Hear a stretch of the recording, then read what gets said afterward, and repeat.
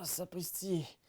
Voilà des jours que je marche pour vous expliquer les secrets des X-Crawl. Les fameux X-Crawl. On en parle beaucoup en ligne dans la communauté des rôlistes.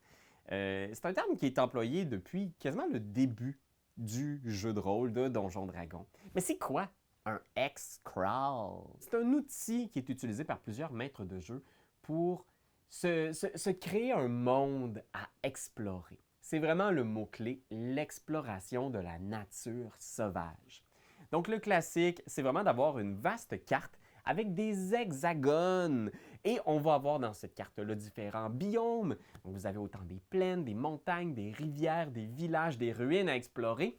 Et vous mettez ça dans les mains de vos joueurs et vous les laissez explorer, découvrir ce qu'ils ont envie. C'est pas toujours facile à faire, mais ça peut être un outil formidable pour représenter l'exploration d'un lieu inconnu ou d'un lieu dans lequel, oui, on connaît certaines choses, mais il y a beaucoup de mystères et de choses à découvrir encore. C'est pas toujours facile dans Donjons Dragons. Parfois, on a l'impression que notre maître de jeu nous mène un peu d'un lieu à l'autre. Quand on explore une jungle, une île perdue. Puis le X-Crawl, c'est une bonne façon de mettre la décision d'exploration dans les mains des joueurs. Fait qu'aujourd'hui, je vais vous expliquer en gros comment ça fonctionne. Puis pourquoi est-ce que cet outil-là est aussi varié puis qu'il y en a autant qui existent. À la base, c'est apparu dans les toutes premières éditions de Donjons Dragons. On nous proposait pour incarner l'exploration d'utiliser un autre jeu que Donjons Dragons. Donc il disait clairement dans le texte, jouez pas à D&D pour ça, allez vous acheter le jeu Outdoor Survival, qui était un jeu d'exploration qui utilisait ces fameuses cases hexagonales. Puis on va voir tantôt pourquoi cette forme géographique-là, cette forme géométrique-là, pardon, c'est quasiment un lapsus révélateur, parce que c'est vrai qu'on va explorer beaucoup la géographie d'un lieu avec ça. Bien, pourquoi est-ce que c'est aussi utile? La première chose que je vous dirais, c'est que je sais que ça peut être intimidant. On a l'impression qu'un X-Crawl, de le créer à partir de rien, c'est quand même très complexe. Puis je ne vous mentirai pas, c'est pas toujours facile à faire. Il y a des sites Internet qui permettent de créer nos cartes. Donc, de soit faire une carte géographique. Par exemple, si vous utilisez Incarnate ou des sites comme ça qui vous permettent de créer juste une carte fantastique, mais vous pouvez prendre cette carte-là et juste la poser sur un motif hexagonal sur n'importe quel VTT. Mais c'est de la job, c'est pas toujours facile à faire. Fait que pour avoir un modèle pour vos premiers X-Crawl, moi je vous suggère fortement d'utiliser un X-Crawl du commerce.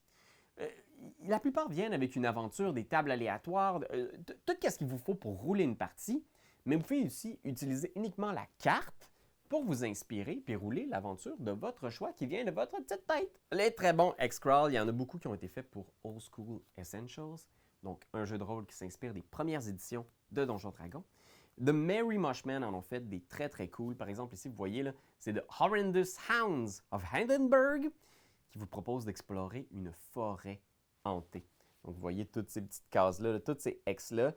Il y a des lieux à découvrir, il y a des obstacles, des rivières, des ponts, des factions, des créatures qui hantent les bois et qui vont peut-être dévorer vos aventuriers dans leur sommeil.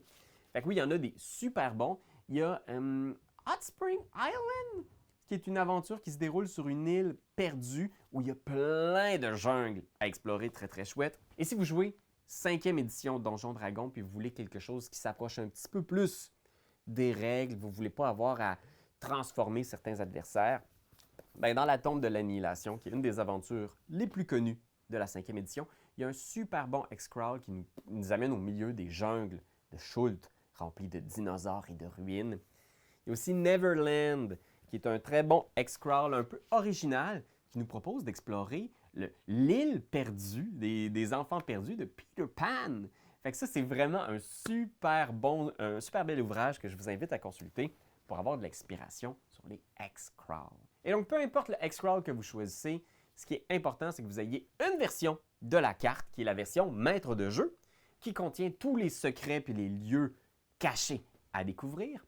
Et il faut, moi en tout cas c'est ma vision, il faut qu'il y ait une version de la carte pour les joueurs. Donc, une version où vous avez uniquement les X contenant la géographie de toutes les portions. Chaque X, il faut que ça soit clairement indiqué ce que c'est une plaine, une rivière, un village, tout ce que les joueurs connaissent. Il y a peut-être des lieux célèbres aussi, une montagne isolée. Et cette carte-là, vous la donnez à vos joueurs. C'est un outil qu'ils ont pour jouer. Et là, après ça, comment ça fonctionne? Qu'est-ce qu'on fait avec cette carte-là? Bien, en gros, ici, l'important, ce n'est pas d'être un géographe. On n'est pas un cartographe, on ne veut pas être réaliste. C'est vraiment un outil pour nous aider à raconter l'histoire.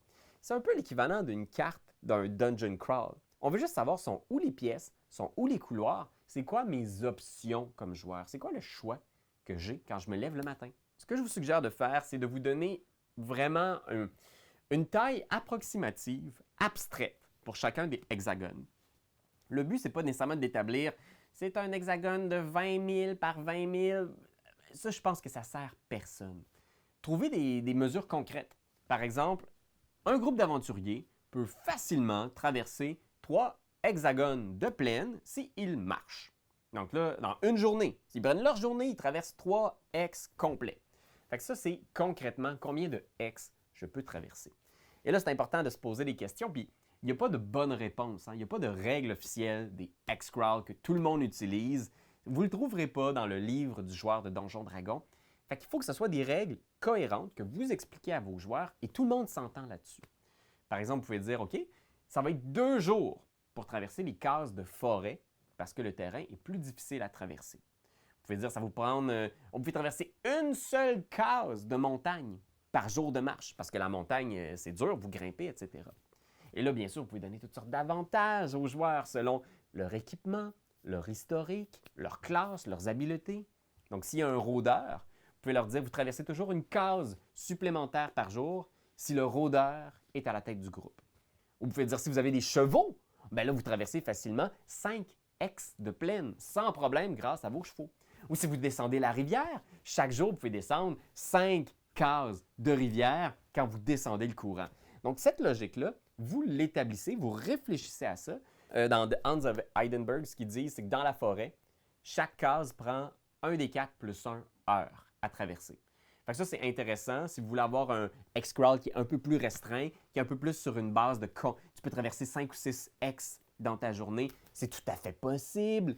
C'est vraiment libre à vous et libre au style de votre groupe. Est-ce que vous voulez vivre une exploration épique du type Seigneur des Anneaux, où vous avez l'impression d'avancer lentement mais sûrement vers un objectif, ou voulez-vous uniquement traverser puis découvrir de façon un peu plus rythmée des endroits d'une forêt tout près du village qui va vous prendre 2 ou 3 jours à traverser peut-être, mais vous aurez traversé 12 cases. Ça, c'est vous qui le choisissez.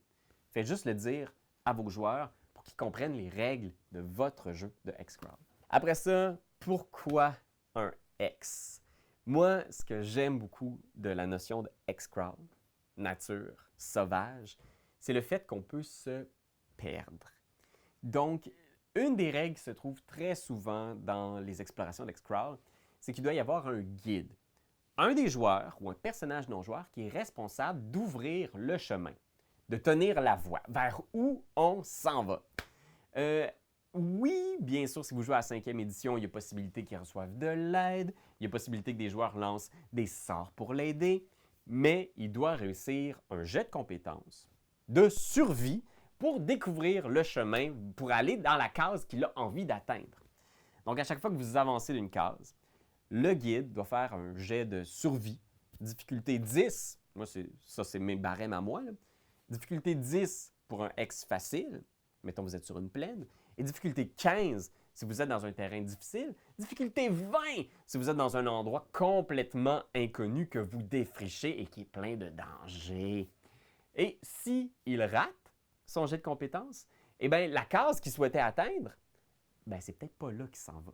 Vous regardez dans quelle direction il s'en allait et vous lancez un dé, vous allez déterminer aléatoirement dans laquelle des 3 directions, parce que c'est ça qui est le fun dans un hex, il y a comme, à chaque fois que tu t'en vas dans une direction, il y a 3 possibilités de cases à atteindre. Eh bien, sur quelle case vous le déterminez aléatoirement, les joueurs vont aboutir. Et là, ils sont perdus. Fait que vous leur dites, vous avancez, mais tu ne reconnais pas nécessairement le terrain. Ça se peut que tu sois sur la bonne case, mais ça se peut que non. Et là, vous leur demandez, est-ce que vous voulez investir votre journée ou une partie de votre journée à essayer de vous retrouver, ou est-ce que vous continuez d'avancer dans une direction ou une autre et vous gardez en secret sur votre carte de maître de jeu l'endroit où il se trouve. Si éventuellement ils réussissent un nouveau jet de survie, mais là, à ce moment-là, vous pouvez les identifier à nouveau puis vous dites comme, vous êtes rendu là. C'est le fun, hein? Vous êtes rendu à une nouvelle place. Et là, bien sûr, dépendamment de votre style, vous pouvez ajouter toutes sortes de règles de survie. Il y a certaines règles officielles, hein, donc c'est important de manger.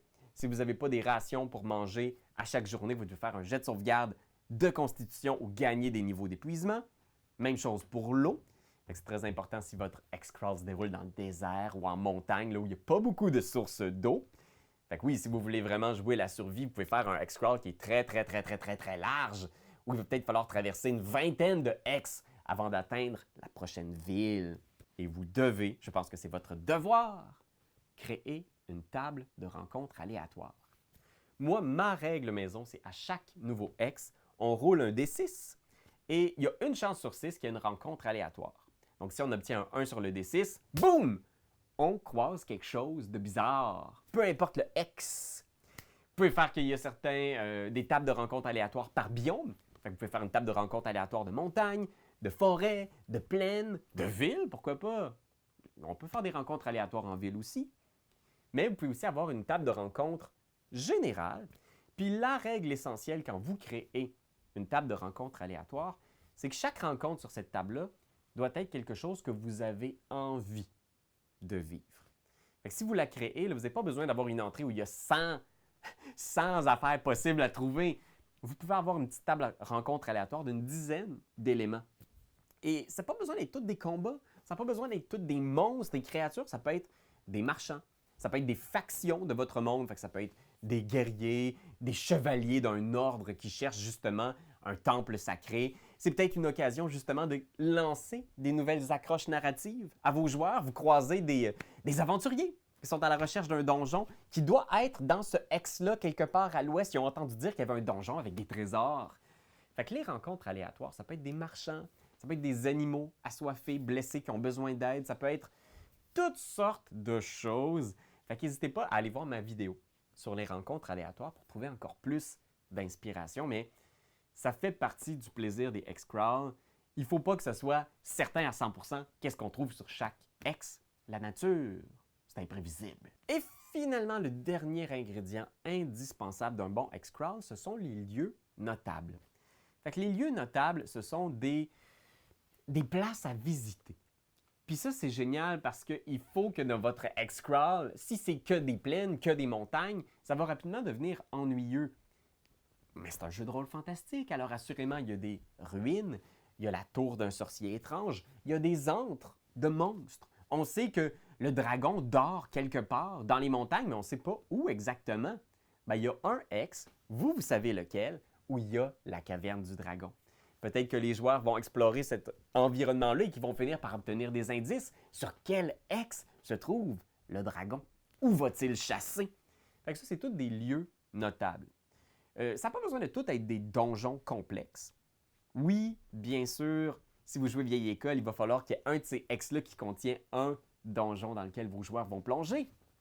Mais vous pouvez aussi avoir juste une vieille cabane de chasseurs abandonnée, une caverne qui contient le matériel de contrebandiers qui ont abandonné ce lieu depuis des siècles.